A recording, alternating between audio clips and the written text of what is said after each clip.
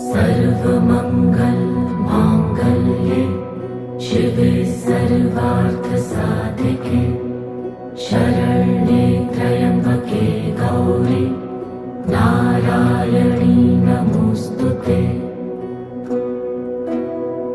या देवी सर्वभूतेषु विष्णुमायेति शक्तिता नमस्तस्यै नमस्तस्यै नमस्तस्यै नमो नमः।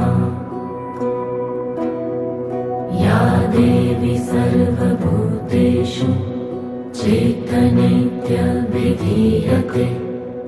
नमस्तस्यै